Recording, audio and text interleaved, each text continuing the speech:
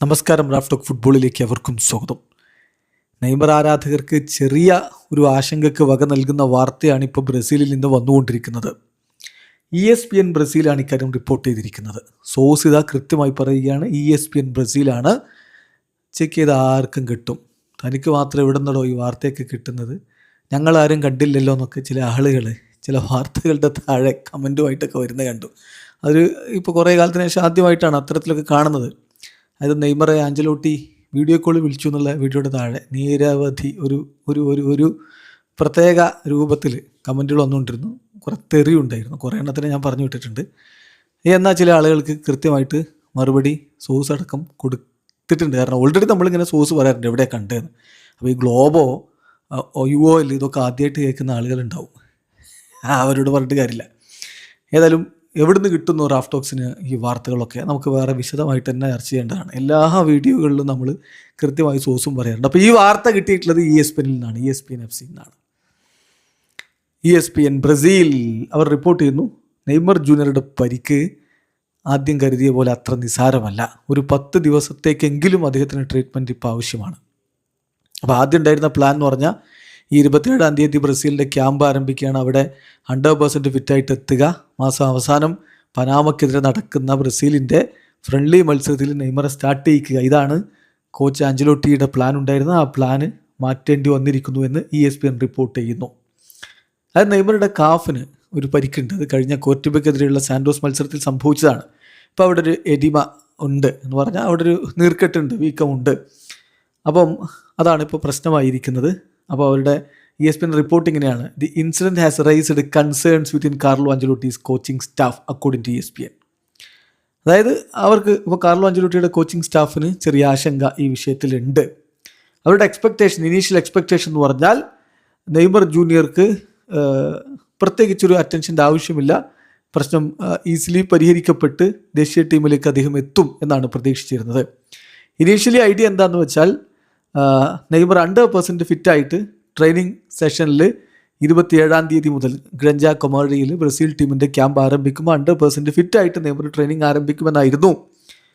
എന്നിട്ട് അദ്ദേഹത്തെ സ്റ്റാർട്ടറായിട്ട് പനാമയ്ക്കെതിരെയുള്ള ഫ്രണ്ട്ലി മത്സരം ഈ മാസം 31-ന് നടക്കുന്ന ഫ്രണ്ട്ലി മത്സരത്തിൽ കളിപ്പിക്കുക. ഇതായിരുന്നു plan. Use him as A starter in the friendly match on the 31st against Panama at the Maracana. ഇതാണ് റിപ്പോർട്ട്. നെയ്മർ നമുക്ക് സ്റ്റാർട്ടറായിട്ട് കുറേ കാലത്തിന് ശേഷം ബ്രസീൽ ടീമിൽ ഈ മെയ് 31-ന് കാണാൻ പറ്റുമായിരുന്നു. പക്ഷെ അതായിരുന്നു പ്ലാൻ. പക്ഷേ ഇതിപ്പോൾ അദ്ദേഹത്തിന് പരിക്ക് പറ്റിയതുകൊണ്ട് ആ പ്ലാൻ നടക്കില്ല എന്നാണ് മനസ്സിലാകുന്നത്. ആഞ്ചലോട്ടിക്ക് പ്ലാൻ മാറ്റേണ്ടി വരുന്നു എന്നാണ് ESPN ബ്രസീലിൻ്റെ റിപ്പോർട്ട്. എന്നിട്ട് അവർ വിശദമായിട്ട് പറയുന്നു, അദ്ദേഹത്തിൻ്റെ സ്വെല്ലിങ്ങുമായി ബന്ധപ്പെട്ട റിപ്പോർട്ട് നോക്കുമ്പോൾ ഇപ്പോൾ അദ്ദേഹത്തിന് ഒരു 10 ദിവസത്തേക്കെങ്കിലും നോർമലി ട്രെയിനിങ് നടത്താൻ പറ്റില്ല. Neymar is not expected to train normally on the field for up to 10 days. Normally കളിക്കളത്തിൽ ഇറങ്ങിയിട്ട് ബോളുമായിട്ടുള്ള ട്രെയിനിങ് ഒരു 10 ദിവസത്തേക്കെങ്കിലും നടത്താൻ പറ്റില്ലെന്നാണ് ഇപ്പോൾ മനസ്സിലാക്കാൻ പറ്റുന്നത്. നാഷണൽ ടീമിൻ്റെ മെഡിക്കൽ ഡിപ്പാർട്ട്മെൻറ്റ് ഓൾറെഡി അദ്ദേഹത്തിന് സ്പെസിഫിക് റിക്കവറി പ്രോഗ്രാം തയ്യാറാക്കിയിട്ടുണ്ട്. അപ്പം അദ്ദേഹം ട്രെയിനിങ് സെൻറ്ററിൽ ഗ്രഞ്ച കൊമോറിയിലെ ട്രെയിനിങ് സെൻറ്ററിൽ എത്തിയതിന് ശേഷം കൃത്യമായിട്ട് അതനുസരിച്ച് ആ ഒരു റിക്കവറി ഷെഡ്യൂളുമായിട്ട് മുന്നോട്ട് പോകാനാണ് ഇപ്പോൾ നാഷണൽ ടീമിൻ്റെ മെഡിക്കൽ സ്റ്റാഫ് തീരുമാനിച്ചിരിക്കുന്നത് എന്നാണ് ESPN ബ്രസീൽ റിപ്പോർട്ട് ചെയ്യുന്നത്. അപ്പോൾ ഈ കോളപ്പിന് മുമ്പ് തന്നെ ഈ ഒരു ആശങ്ക ഉണ്ടായിരുന്നു, കാഫിൻ്റെ പ്രശ്നം ആശങ്ക ഉണ്ടായിരുന്നു. അപ്പോൾ അതുകൊണ്ട് തന്നെ ഇപ്പോൾ നെയ്മർ ആദ്യം വീഡിയോ കോൾ വിളിച്ച്, അത് കഴിഞ്ഞ വ്യാഴാഴ്ചയാണെന്നാണ് ഗ്ലോബോയുടെ റിപ്പോർട്ട്.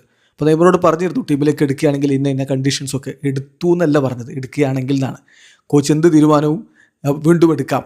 അതാണ് അദ്ദേഹം ഇങ്ങനെ ടെൻഷൻ അടിച്ച് ആ കോളപ്പൊക്കെ കണ്ടുകൊണ്ടിരുന്നത്. അപ്പോൾ ചിലരുടെ ചോദ്യം അതാണ്, അങ്ങനെ നേരത്തെ കോൾ ചെയ്തിട്ടുണ്ടെങ്കിൽ പിന്നെ എന്തിന് ടെൻഷൻ അടിച്ച് ഫാമിലിക്കൊപ്പം ഇരിക്കണമെന്ന്. ഇവിടെ നേരത്തെ കോൾ ചെയ്തിട്ട് നെയ്മറെ തന്നെ ടീമിലെടുക്കുന്നു എന്നല്ല പറയുന്നത്. മിക്ക താരങ്ങളെയും ആഞ്ചലോട്ടി ഇങ്ങനെ കോൺടാക്ട് ചെയ്തിട്ടുണ്ട്. എന്നിട്ട് കാര്യങ്ങൾ വിശദീകരിക്കുകയാണ്, വേൾഡ് കപ്പിന് പോകുമ്പോൾ ഉള്ള കാര്യങ്ങൾ ടീമിലെടുത്താൽ ഇങ്ങനെയൊക്കെ ആയിരിക്കും എന്നുള്ളത്.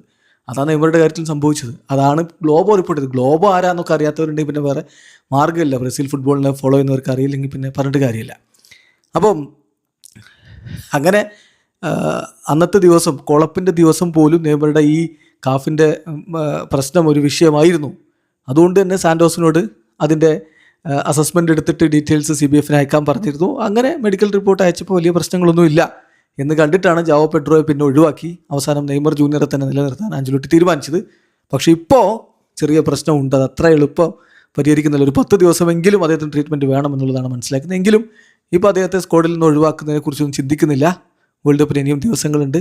അദ്ദേഹം വേൾഡ് കപ്പ് ആകുമ്പോഴേക്കും തന്നെ ഫിറ്റ് ആവുമെന്നാണ് പ്രതീക്ഷിക്കപ്പെടുന്നത്. വീഡിയോ അവസാനിക്കുന്നത് ഫുട്ബോൾ ലോകത്തെ കൂടുതൽ വിശേഷങ്ങളുമായി റഫ്ലക്സ്.